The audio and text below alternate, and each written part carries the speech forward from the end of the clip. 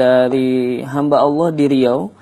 Beliau bertanya, Ustadz, kalau kita menokohkan orang yang sudah tua, apakah kita diwajibkan mencium tangannya? Mohon penjelasannya, Ustadz.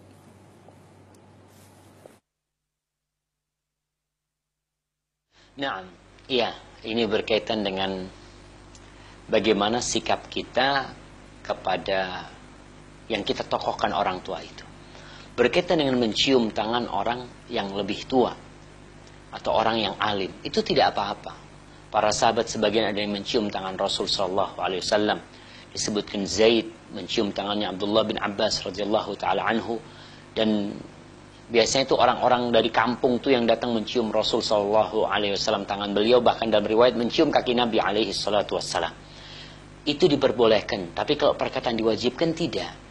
Ya, kita termasuk bentuk penghormatan kita kepada orang yang lebih tua, umpamanya kita cium tangannya. Kalau memang di sana tradisinya mencium tangan. Kalau umpamanya di Arab, di Madinah ya, itu adat kebanyakan masyarakat, kalau orang tua itu bukan dicium tangannya, tapi dicium kepalanya. Ini perbedaan tradisi sebenarnya.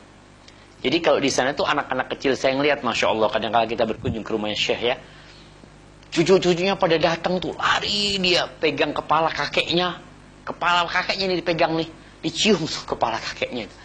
Termasuk penghormat mereka dengan mencium kepala. Tapi kalau di Indonesia mungkin kebalik, orang yang lebih tua yang mencium kepala yang lebih muda atau anak kecil seperti itu.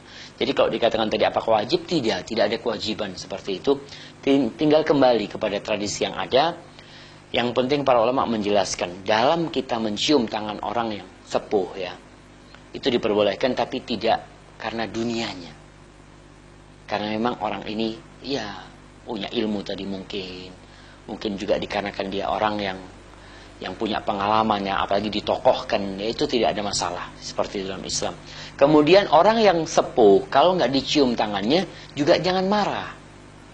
Kadang-kala ada orang yang kalau tidak dicium tangannya jadi emosi dia.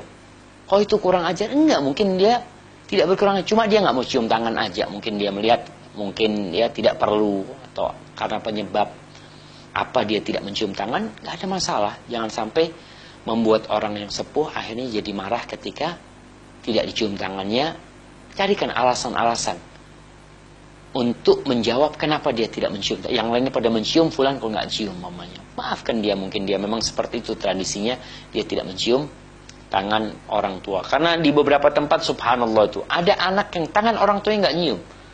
Kalau tidak salah di Bima atau di beberapa kampung mungkin di Bima ya, saya punya teman itu, anak itu sama bapaknya salaman kayak anak muda gitu, nggak cium tangan.